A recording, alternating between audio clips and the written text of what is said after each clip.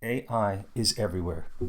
It writes our emails, creates images, even holds conversations. But now, it's being promoted as a way to help with mental health. So here's the question.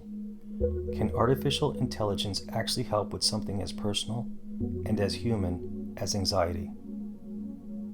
Anxiety isn't just in your head. It shows up in your body, in your breathing, in your sleep. When you're overwhelmed, the promise of instant AI support sounds appealing. A chatbot that listens, reassures you, maybe even gives you coping strategies. But here's the truth. If you expect AI to make anxiety disappear, you might end up frustrated or more dependent on something that can't truly understand you. Here's where AI can help. It can remind you to pause and breathe. It can suggest journaling prompts to organize your thoughts. And it can nudge you to focus on what really matters when you feel stuck. These small reminders can make a difference in the moment. But here's what AI cannot do. It can't sit with you in your pain. It can't provide genuine empathy. And it should never be your only support, especially in moments of crisis. I've tested some of these AI tools myself. Sometimes the responses were surprisingly thoughtful, almost like having a digital journal.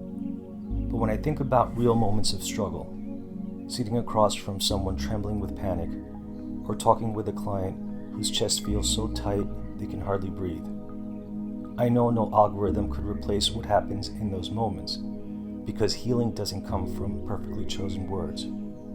It comes from being seen.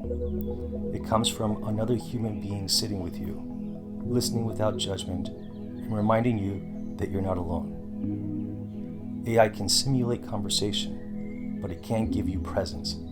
It can't share silence with you. It can't offer the warmth of real connection. But there's another side to this conversation that we can't ignore.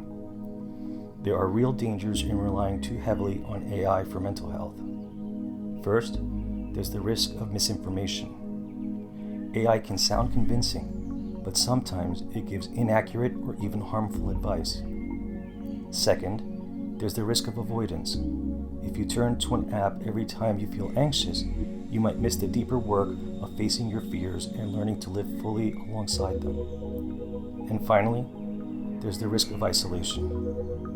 The more we replace real connection with screens, the more alone we can end up feeling, which only makes anxiety worse. So can AI help with anxiety? Yes, but only as a tool. The real reset happens when you learn to face anxiety without fighting it, and still move towards the life you want. If you found this helpful, subscribe for more ways to reset your mind and your life. And let me know in the comments, would you ever trust AI with your mental health? Remember, in the end, AI isn't the hero of your story. You are.